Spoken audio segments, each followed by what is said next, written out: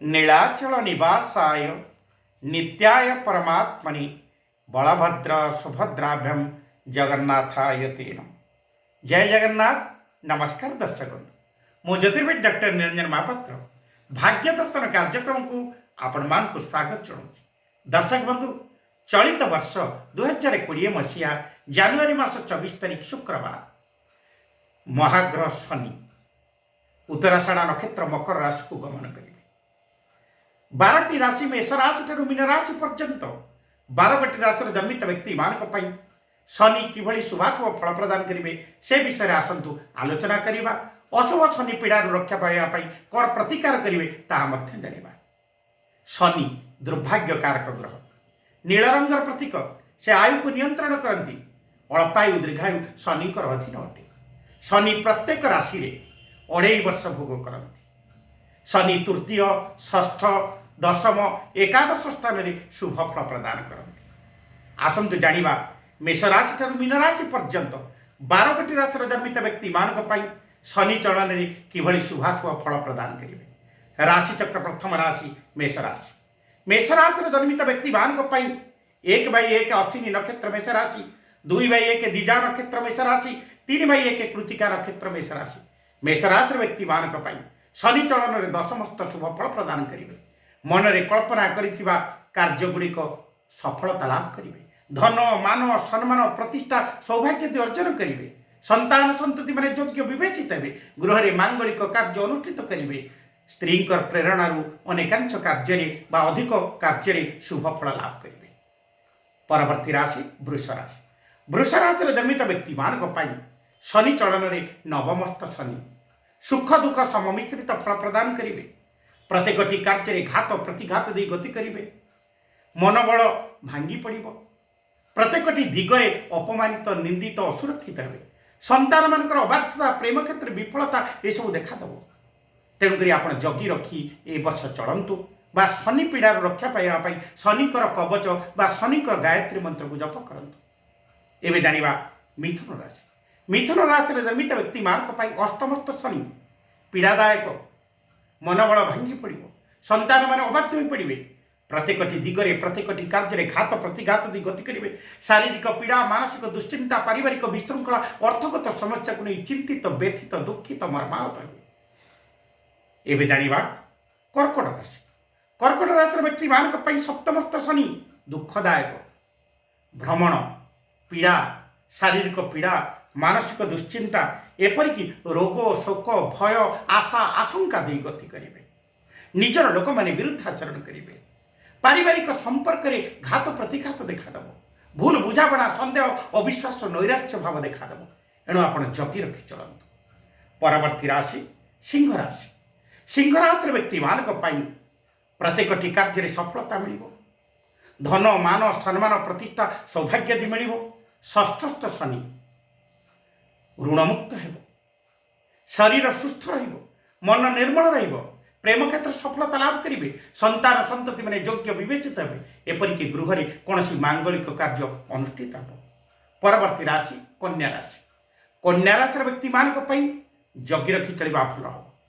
आय तुलन में व्यय अधिक कर मनस्ताप दे गति करेंगे।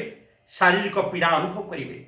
अंठा आंठू बेक पेट ये सब पीड़ा देखादेव जहाँफल चिकित्सक परामर्श नापी बाध्य हे। परवर्ती राशि तुला राशि। तुला राशि व्यक्ति मान चतुर्थस्थ शनि शत्रुवृद्धि कर। एणु आप भावी चिंती कार्य करंतु।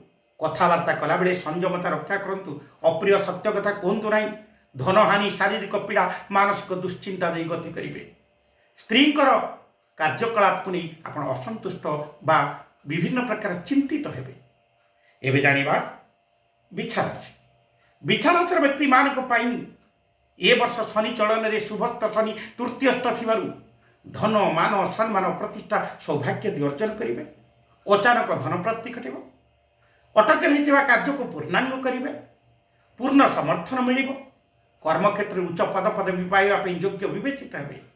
संतान मान कार्यकलाप आपण को आनंद उत्साह प्रदान कर। परवर्ती राशि धनु राशि।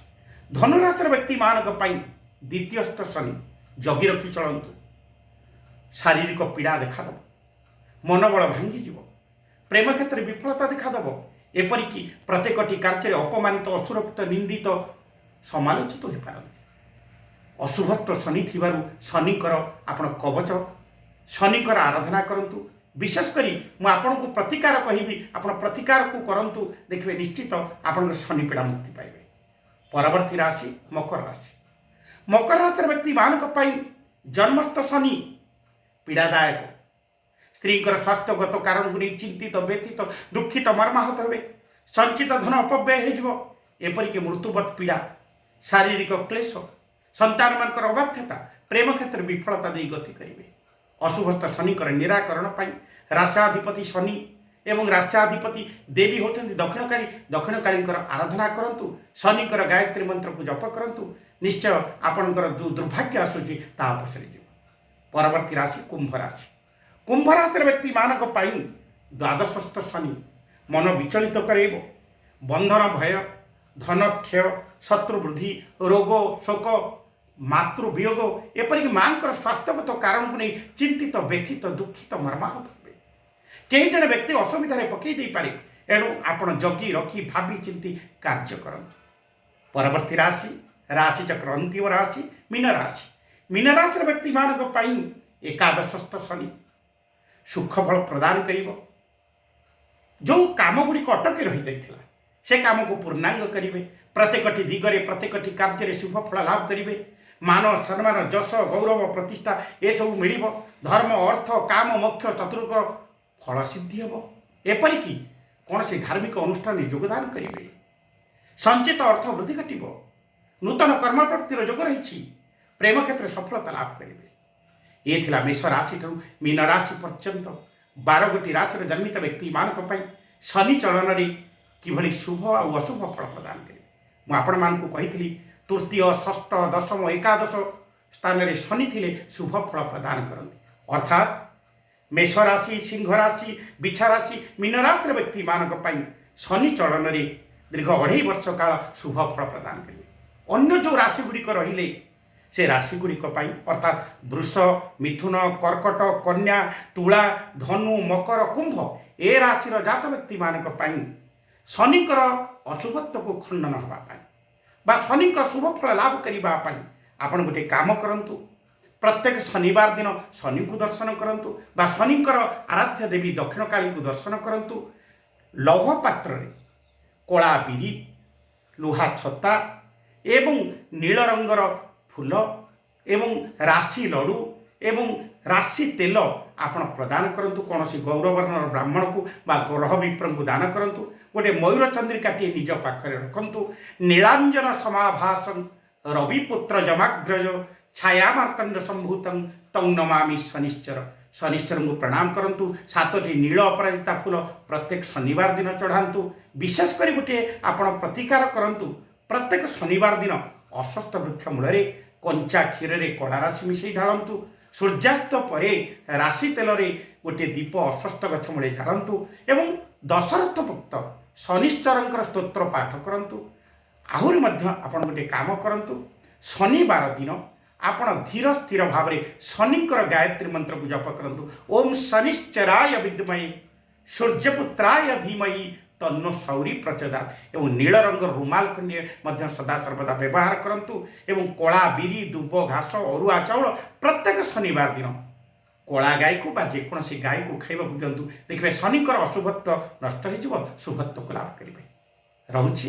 ଜୟ ଜଗନ୍ନାଥ। ନମସ୍କାର।